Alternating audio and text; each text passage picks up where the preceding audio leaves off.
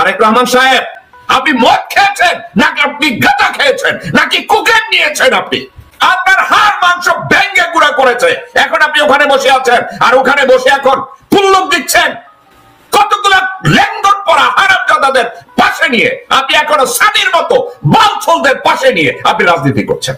বালছল কতগুলো বটতলার উকিল যারা 2 লাইন ব্রিফ লিখতে পারে না, তাদেরকে নিয়ে আপনি রাজনীতি করছেন। আজকে বলেন বাংলাদেশের জনগণকে নাকি সেনাবাহিনীর বিরুদ্ধে দাঁড় করিয়ে দেয়া হচ্ছে, এটা একটা ষড়যন্ত্র। এই কনক্লুশন আপনাকে কে দিয়েছে? বাংলাদেশ আর্মির বিপক্ষে জনগণ যায় নাই। কাদের বিপক্ষে গিয়েছে? তারেক রহমান সাহেব কাদের বিপক্ষে গিয়েছে? ভারতের ল্যান্ডলর্ড পড়া লাড্ডু খাওয়া কুত্তার বাচ্চা মোস্তাফিজের বিরুদ্ধে গিয়েছে, মইনের বিরুদ্ধে গিয়েছে, আজিজের বিরুদ্ধে গিয়েছে, শফির বিরুদ্ধে গিয়েছে, আজকে খানকির পোলা ওয়াকারের বিপক্ষে গিয়েছে। আপনি বলছেন সেনাবাহিনীর বিরুদ্ধে? তারেক রহমান সাহেব, ওয়াকার এবং রয়ের হত্যা 29-30 জন জেনারেল বাংলাদেশ আর্মি না। বাংলাদেশের আর্মির সদস্য সংখ্যা 2,30,000-এর মতো, তার ভিতরে মাত্র 30 জন। এই 30 জনকে রক্ষা করার জন্য আপনি তারেক রহমান পুরো আর্মিটাকে দোষ দেওয়ার একত্র করার চেষ্টা করছেন। বাংলাদেশের সেনাবাহিনী বাংলাদেশের মানুষের প্রাণের স্পন্দন, বাংলাদেশের সশস্ত্র বাহিনী বাংলাদেশের মানুষের মুক্তির প্রতীক। বাংলাদেশের সশস্ত্র বাহিনী বাংলাদেশের মানুষের অহংকার। বাংলাদেশের সেনাবাহিনী কারা? আমার ভাই বোন, আত্মীয় স্বজন, ভাইস্তা ভাইনা, প্রতিবেশী, তারা বাংলাদেশ আর্মি। পূর্ব ভুল থেকে মানুষ শিখে, ব্যর্থতা থেকে শিখে, সেটব্যাক থেকে মানুষ শিখে। জানে তারেক রহমান সাহেব আপনি কি করছেন? গত 17 বছর 18 বছরে দেখি নাই আপনি লন্ডনে বসে কোন অন্য দেশের একটা সরকার প্রধান অথবা সাবেক সরকার প্রধানের সাথে আপনি দেখা করেছেন। দেশের জনগণ আর্মির বিরুদ্ধে যাচ্ছে না। আপনি এ ধরনের মন্তব্য কেন দিচ্ছেন? এই তথ্য আপনাকে কে দিয়েছে তারেক রহমান সাহেব? রয়্যাল লোকজন নাকি আপনার আশেপাশে কতগুলো বটতলার উকিল হারামজাদা পশু না ফারমান বসে আছে ওইগুলো? নাকি মির্জা ফখরুল, আব্দুল আওয়াল মিন্টু, আমির খসরু মাহমুদ, ইকবাল চুকু, সামাবাই, কারা? আপনাকে তথ্যগুলো কে দিয়েছে তারেক রহমান সাহেব? এই মুহূর্তে জেনারেল ওয়াকারকে সাপোর্ট করা আপনার জন্য খুব ফরজে আইন হয়ে গেল। জেনারেল ওয়াকারকে আপনি সাপোর্ট করছেন কেন? র সাইন করাই দিছে আপনার প্রধানমন্ত্রী বানাবে। তারেক রহমান সাহেব এবং মির্জা ফখরুল, আপনাদের দুইজনকে উদ্দেশ্য করে বলছি, জিয়াউর রহমান, শহীদ রাষ্ট্রপতি জিয়াউর রহমানের দলকে এইভাবে ধ্বংস করে দেওয়ার কোনো অধিকার আপনাদের নাই। বেগম খালেদা জিয়ার অর্জিত বিএনপিকে ধ্বংস করে দেওয়ার কোন অধিকার আপনাদের নাই তারেক রহমান সাহেব, মির্জা ফখরুল।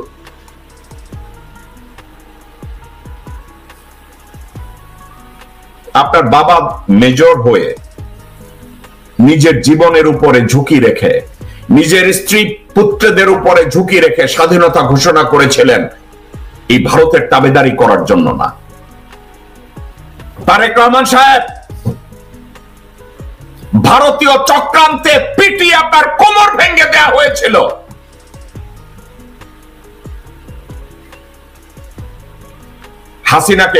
হাসিনা এবং আওয়ামী লীগকে পুনর্বাসন করতে গিয়ে আপনার বাবাকে জীবন দিতে হয়েছে। আপনি ভুলে গেছেন? এই মির্জা ফখরুলের মতো লোক, ডক্টর বদরুদ্দোজা চৌধুরীর মতো বেঈমানের মতো লোক, তাদের জন্য আপনার বাবাকে জীবন দিতে হয়েছে। এখন আপনি আরো ডক্টর বদরুদ্দোজা জোগাড় করেছেন, ভারতীয় হায়না জোগাড় করেছেন। তারেক রহমান সাহেব, কোন পৃথিবীতে বাস করেন?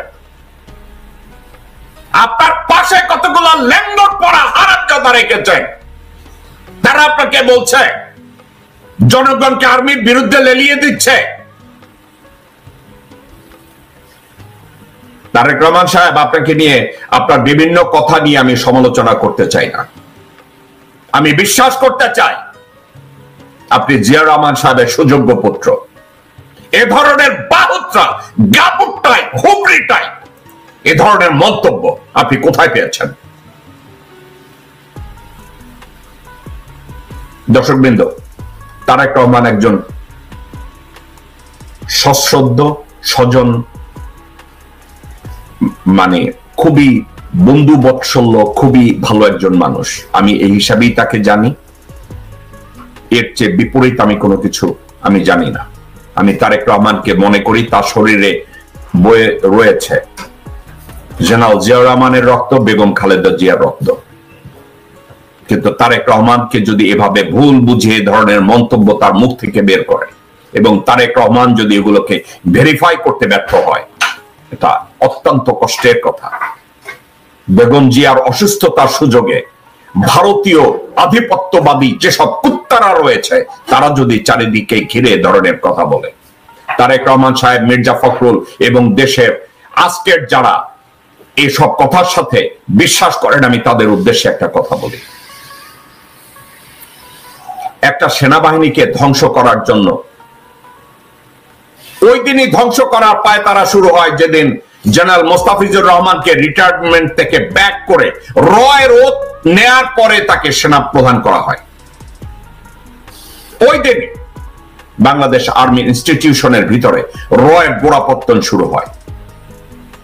৯৬ সালে আপনাদের মনে আছে, জেনারেল মোস্তাফিজকে রিটায়ারমেন্ট থেকে ডেকে রয়ের ওত প্রথম নেওয়ানো হয়। তাকে রয়ের ওত নেওয়ানোর পরে তাকে আর্মি চিফের দায়িত্ব দেওয়া হয়। দর্শকবৃন্দ, তারপরে শুরু হয় মোস্তাফিজের পরের থেকে কতগুলো, এখন দেখি কয়েক জায়গায় মন্তব্য দেয় ইকবাল করিম ভুইয়া, মবিন, আজিজ।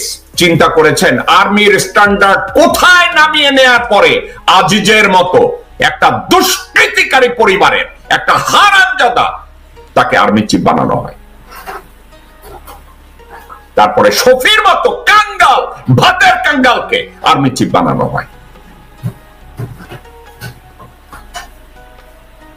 তারপরে কি তাই মইনের মতো একটা হুবড়িকে বেগম জিয়ার আপন ভাই সাইদ ইস্কান্দার ক্ষমতাকে কুক্ষিগত করার জন্য একটা লিলিপুট হারামজাদা মইনকে সেনাপ্রধান বানায় এবং তার খেসারত যায় তারেক জিয়ার উপরে। তারেক জিয়াকে পিটিয়ে পঙ্গু বানানো হয়,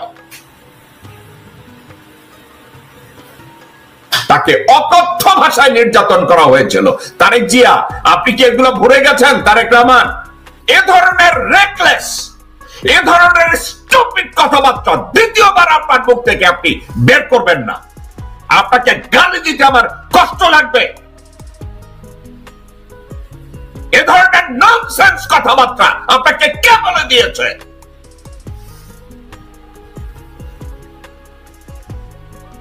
কেউ যদি আজিজের বিরুদ্ধে কথা বলে সেটা কি সেনাবাহিনীর বিরুদ্ধে বলবে? সেনাবাহিনী সবার ভাই কি ডাকাতবাজ, ডাকাত, খুনি? কেউ যদি শফির বিরুদ্ধে কথা বলে, শফি হচ্ছে ভাত না খাওয়া কাঙ্গাল, মঙ্গা, গাবুর। এর অর্থ কি? সেনাবাহিনীর বিরুদ্ধে হলো মইনের বাচ্চা, মইনাই খানকির পোলা ভারত থেকে কয়েকটা ঘোড়া নিয়ে শুয়ারের বাচ্চা বাংলাদেশটাকে ভারতের হাতে তুলে দিয়ে শুয়ারের বাচ্চা, বেঈমানের বাচ্চা এখন ফ্লোরিডায় বসে রয়েছে। সেটা কি আর্মির বিরুদ্ধে? না, এগুলো ব্যক্তির বিরুদ্ধে। 2,30,000 সেনাবাহিনীর মধ্যে, সশস্ত্র বাহিনীর মধ্যে যদি 30 জন, মাত্র 30 জন, 1% না, মাত্র 30 থেকে 35 জন, 50 জন, এরা হচ্ছে বেঈমান, এরা হচ্ছে দেশদ্রোহী। এরা বাংলাদেশের জনগণের জন্য কাজ করে না, এরা দেশের অস্তিত্বের জন্য কাজ করে না, এরা কাজ করে তাদের প্রভু ভারতের জন্য। অশোক স্তম্ভ তাদের টার্গেট, বাংলাদেশের জাতীয় শাপলা তাদের টার্গেট না, বাংলাদেশের জনগণের মুক্তি তাদের টার্গেট না, বাংলাদেশের সীমান্ত রক্ষা করা তাদের টার্গেট না, বাংলাদেশের জনগণের অধিকার রক্ষা করা তাদের দায়িত্ব না, বাংলাদেশের ভোটাধিকার অর্জন তাদের কর্তব্যের মধ্যে পড়ে না। তারা শুধু ভারতের স্বার্থ রক্ষা করবে ৩৫ থেকে ৩৫ জন। এই মির্জা ফখরুলের মতো ফটকা, মির্জা ফটকা, মির্জা আব্বাস, এই মির্জা, এই দুই কুত্তার বাচ্চা, হারামখোর বেঈমান, এই শুয়োরের বাচ্চা দুইটা, আমির খসরু মাহমুদ একজন, এই আরেকটা বিশাল পোলা, সবাই খালি আমাকে বলবেন যে ভাই আপনি গালি দেন, এই খাকি পোলাদের আপনি কি বলবেন?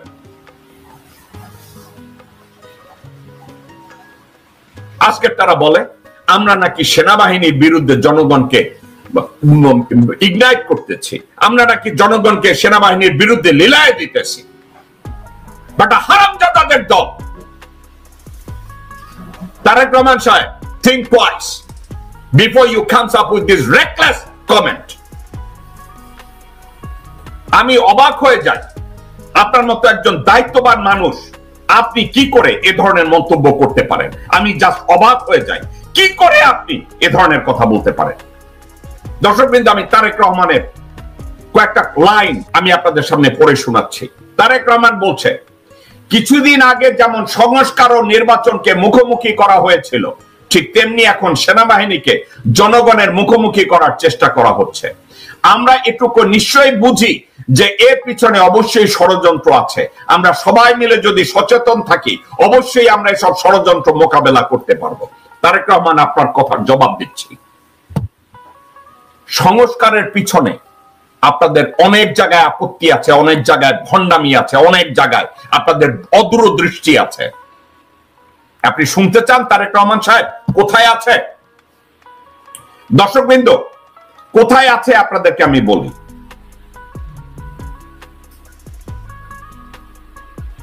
সংস্কার কর্মসূচির মধ্যে একটা জায়গায় ছিল, একজন ব্যক্তি সর্বাধিক 2 বারের বেশি প্রধানমন্ত্রী হতে পারবেন না। তারেক রহমান সাহেবের ওখানে আপত্তি আছে। দর্শকবৃন্দ, তারেক রহমান সাহেবের হাসিনা মাগির ওখানে আপত্তি আছে। লন্ডন পরিবারতান্ত্রিক রাজনীতিকে মুদ্রা দেয় আমি ওই পরিবারতান্ত্রিক রাজনীতির উপরে। তারেক রহমান মেনে নেন নাই। মির্জা ফখরুল বলেছে, আমরা ওটা মানি না। বুঝেছেন? তো আপনারা সংস্কার চাইবেন কেন? আপনারা তো লোটা বান্ডল হইয়া বসে রয়েছেন, কবে আবার ক্ষমতায় আসবেন, বাংলাদেশ ছাড়ে চুইচা খাবেন। আপনারা ওই দলের লোকটা। দর্শকবৃন্দ, শুধু তাই না, একজন ব্যক্তি সর্বাধিক 2 বারের বেশি প্রধানমন্ত্রী হতে পারবেন না। সেক্ষেত্রে বিএনপি আপত্তি করেছে। এই বিএনপি কে অ্যাকোমোডেট করার জন্য রাশার মতো একটা সংবিধান ইনঅ্যাক্ট করার চেষ্টা করেছে। সেটা কি জানেন? বলছে ওকে, হতে পারবে 2 বারের বেশি, তাহলে কি করতে হবে? 2 বার প্রধানমন্ত্রী হয়েছে, তারপরে মধ্যে আবার একজন আর অন্য একজন আর নির্বাচিত হইতে হবে, পরে আবার তিনি ব্যাক করতে পারবে। এর মধ্যে এর অর্থ কি? আপনাদের রাশিয়ার নির্বাচনের কথা বলি। ভ্লাদিমির পুতিন ইলেক্টেড প্রেসিডেন্ট হলেন। এখন রাশিয়ার কনস্টিটিউশন অ্যালাউ করে না ভ্লাদিমির পুতিনকে কন্টিনিউয়াসলি যুগের পর যুগ প্রেসিডেন্ট থাকার। তখন ওই কনস্টিটিউশনের ভিতরে একটা ফর্মুলা তৈরি করলেন। পুতিন প্রেসিডেন্ট থেকে রিজাইন করে প্রধানমন্ত্রী হলেন এবং মেদভেদেভ পুতিনের একজন পাঁচাটা গোলাম, তাকে প্রেসিডেন্ট বানানো হলো। মেদভেদেভ প্রেসিডেন্ট হওয়ার 4 বছর পরে আবার পুতিন প্রেসিডেন্ট হয়েছে। দর্শকবৃন্দ, বাংলাদেশের কনস্টিটিউশনে এ ধরনের একটা অ্যারেঞ্জমেন্ট করার চেষ্টা করেছে। সেটা হলো এই যে 2 বারের বেশি কেউ প্রধানমন্ত্রী থাকতে পারবে না। আর যদি প্রধানমন্ত্রী ওই ব্যক্তি একই ব্যক্তি আবার প্রধানমন্ত্রী হতে চায়, মধ্যে তাকে একবার একটা টার্ম অন্য একজনকে প্রধানমন্ত্রী হবে, তারপরে আবার আসতে হবে আরেকজনকে। বিএনপি সেখানেও আপত্তি করেছে। এর অর্থ কি জানেন? মোরা একবার ক্ষমতায় নিলে ওইটারে সাকটা তৈরি পকেটে রাখতে হইব। বিএনপি সেখানে আপত্তি করেছে, তো ওনারা সংস্কার চাইবে। আপনারা মনে হয় এই বিএনপি সংস্কার চায়? তারেক রহমান বলেছে, আর সংস্কারের কথা বলা হয়েছে। তারেক রহমান সাহেব, are you still inside the home of your mother?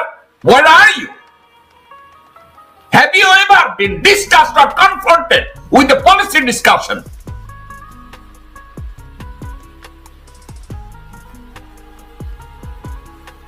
আপনি এগুলো কখনো শুনেছেন? আপনাকে কেউ কখনো বলেছে, এ নিয়ে আলাপ আলোচনা করেছে? তারেক রহমান সাহেব, আপনার মা জীবনের শ্রেষ্ঠ ভুল করেছিল। এরশাদ পতনের পরে আপনার মা ভারতীয়দের পরামর্শে এবং হাসিনার ম্যানিপুলেশনে আপনার মা সংসদীয় গণতন্ত্র করতে গেছে। এই সংসদীয় গণতন্ত্র করতে গিয়ে হাসিনাকে সরকার প্রধান বানানোর সুযোগ তৈরি করে দিয়েছে আপনার মা। এটা ছিল আপনার মায়ের ব্যর্থতা। আপনার মা ওই দিন যদি সংসদীয় গণতন্ত্র না দেন এবং প্রেসিডেন্সিয়াল ফর্মে উনি যদি বাংলাদেশের প্রেসিডেন্ট হতেন, হাসিনা জীবনেও বাংলাদেশের প্রেসিডেন্ট হতো না, কারণ শি ইজ নট ইলেক্টেবল। বাংলাদেশে যদি প্রেসিডেন্সিয়াল ইলেকশন হয়, দর্শকবৃন্দ, বাংলাদেশের জনগণ কোনদিন শেখ পরিবারের কাউকে ভোট দিয়ে প্রেসিডেন্ট বানাবে না। সংসদীয় পদ্ধতি শুধু তৈরি করেছিল এই হাসিনাকে ক্ষমতায় আনার জন্য। এই কৌশল, এই কূটকৌশল আপনার আমার ভিতরে না ঢুকলেও আপনারা একটু লেখাপড়া করবেন না? আপনারা এগুলো জানবেন না? তারেক রহমান সাহেব,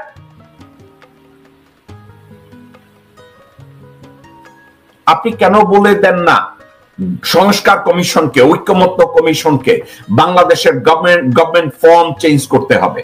এটা কেন বলে দেন না বাংলাদেশ হবে প্রেসিডেন্সিয়াল শাসন? আপনি এটা বলে দেন না কেন? দুইবার তিনবার এটা পরেরটা পরে দেখা যাবে। আপনার পাশে যে সব স্কলার বাংলা বইটা আছে, এই কুত্তার বাচ্চারা কি করে?